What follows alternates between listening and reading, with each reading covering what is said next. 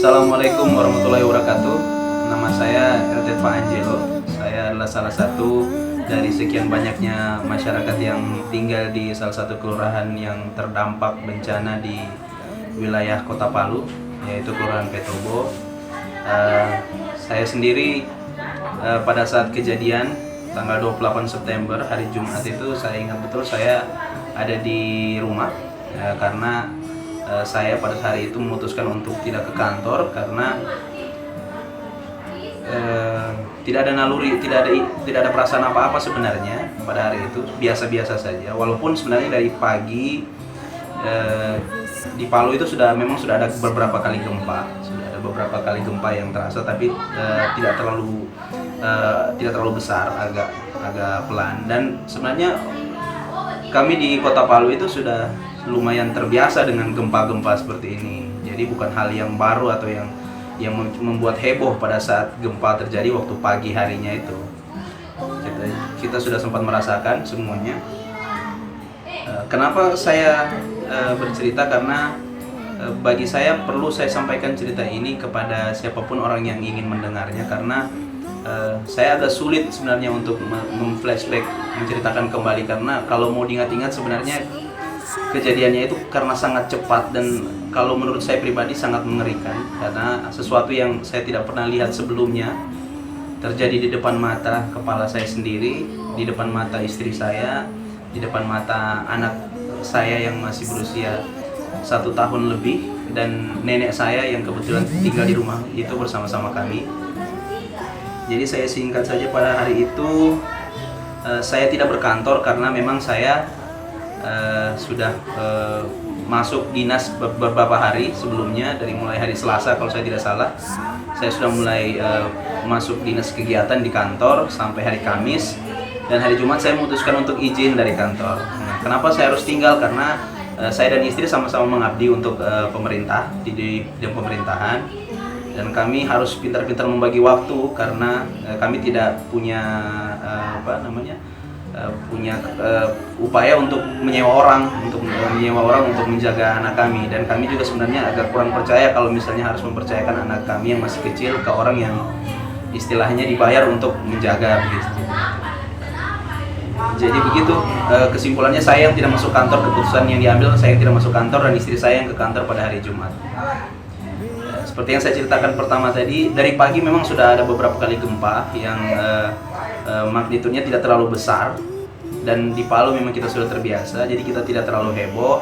Istri saya sempat menghubungi via WhatsApp menanyakan apakah di situ terasa gempa, saya juga menjawab iya, dan ya begitu, seperti itu. Semuanya seperti biasa saja, seperti hari-hari biasanya saja, Jumat seperti hari Jumat biasa.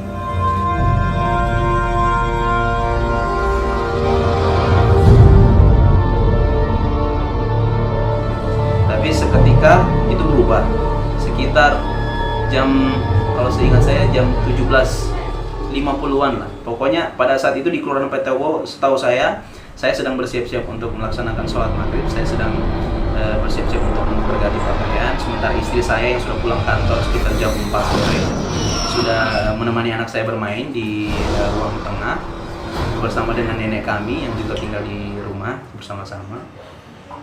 Sekitar jam 17.50-an lah, pada saat azan, saya masih ingat persis karena pada saat itu azan langsung berhenti berkumandang karena kerasnya gempa itu.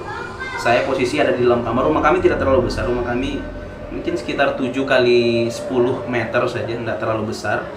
Namun halamannya yang lumayan besar, yang agak besar. Jadi pada saat gempa itu terjadi, saya langsung keluar dari kamar, langsung spontan untuk menangkap anak istri saya yang sudah terhuyung-huyung, terlempar ke sana kemari.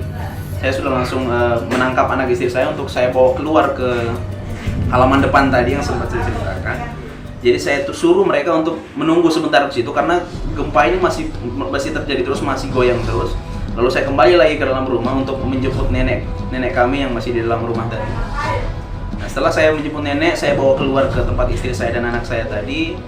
Lalu saya menyampaikan sama istri saya, kita jangan kemana-mana dulu, tunggu di sini. Saya lihat kondisi dulu, karena kita tidak bisa gegabah ambil tindakan pada saat-saat seperti itu. Karena gempanya ini terus terang, mungkin seumur hidup saya sudah 31 tahun. Seumur hidup saya tinggal di Palu.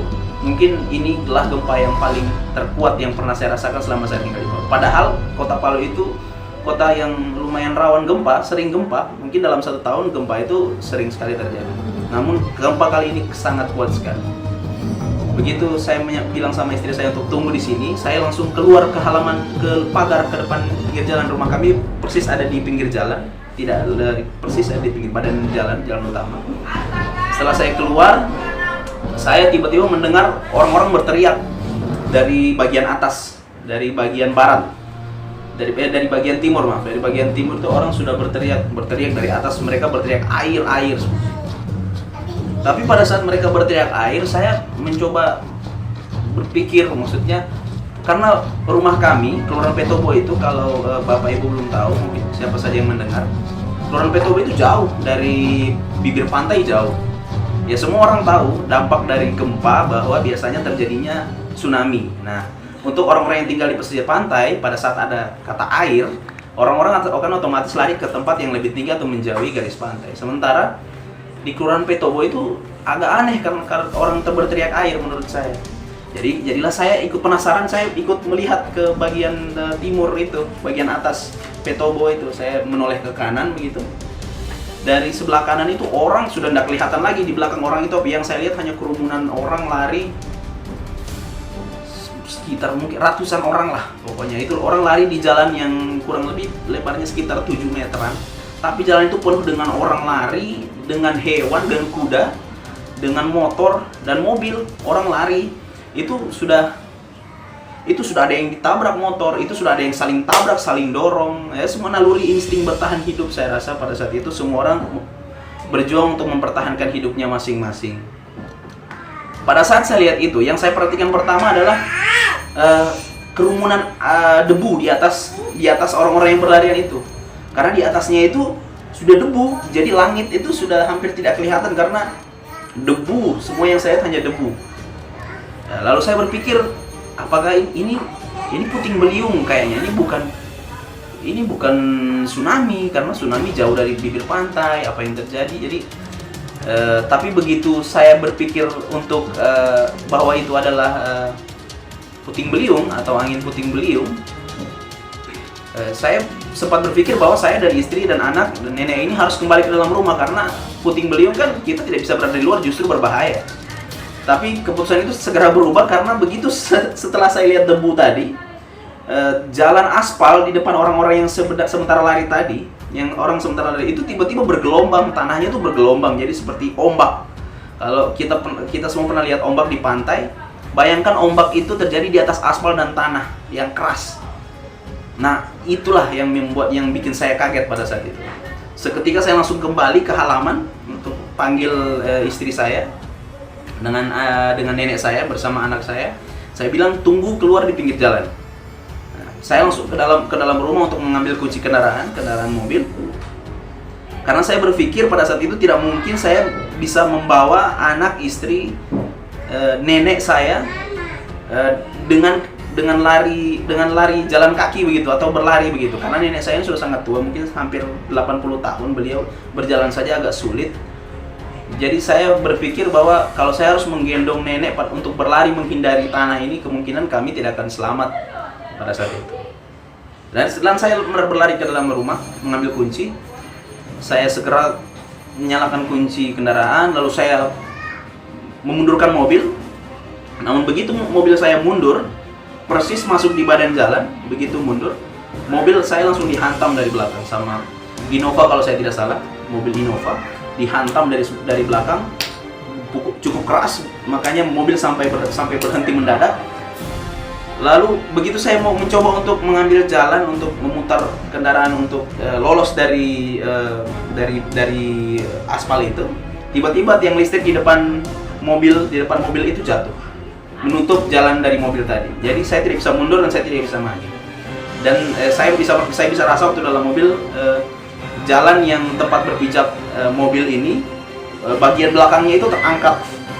Jadi dia seperti di kurang lebih 90 derajat lah kalau saya bisa mengira-ngira. Saya langsung keluar dari mobil karena saya tahu mobil sudah tidak bisa kemana-mana. Tapi saya masih sempat ambil kontak, mungkin karena sudah terbiasa setiap matikan mobil pasti tarik kunci. Jadi saya langsung tarik kunci, saya taruh di bukan di kantong, saya tidak ada kantong. Saya waktu itu cuma pakai celana pendek dan tidak pakai baju. Jadi kunci itu saya pegang. Nah, sudah saya pegang, begitu saya keluar dari mobil, saya langsung cari anak istri saya. Ya, saya sudah tidak bisa melihat mereka ini karena pada saat itu sudah tidak ada jalan yang seharusnya aspal turun ke bawah menuju ke jalan Dewi Sartika. Dewi Sartika itu jalan utama setelah turun dari jalan utama Petobo itu. Setelah saya keluar, saya tidak lihat anak istri saya lagi sama nenek saya. Yang saya lihat cuma kerumunan orang, ada hewan, ada kuda.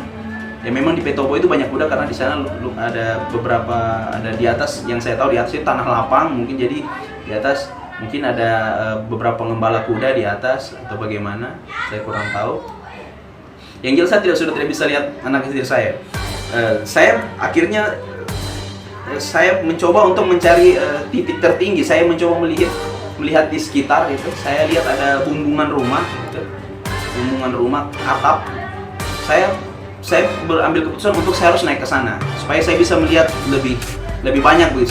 Karena kalau saya di bawah saya tidak bisa lihat orang yang di sebelah orang ini karena saya tidak tahu. Jadi saya naik ke atas bumbungan. Begitu saya naik di atas, saya berteriak sekuat-kuatnya, memanggil nama istri saya.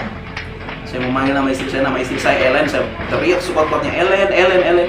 Saya tidak mendengar jawaban karena pada saat itu memang suara itu gemuruh suara, mungkin kita semua pernah dengar kayak bunyi patahan kayu yang sangat besar, begitu, atau kayak suara dentuman atau kayak suara kendaraan berat yang lewat tapi tidak wajar bunyinya, pokoknya seperti gemuruh yang tidak pernah saya dengar sebelumnya.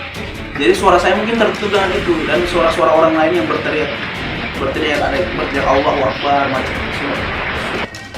Pokoknya hal yang saya selama ini saya bisa lihat, mungkin saya lihat di film, hal yang terjadi di depan mata ini saya tidak bisa gimana ya.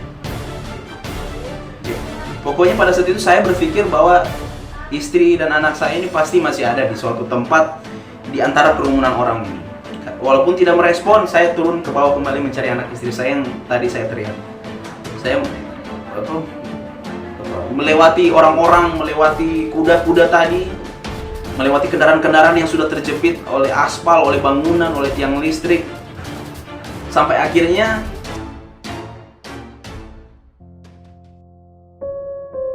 saya sudah pasrah sebenarnya.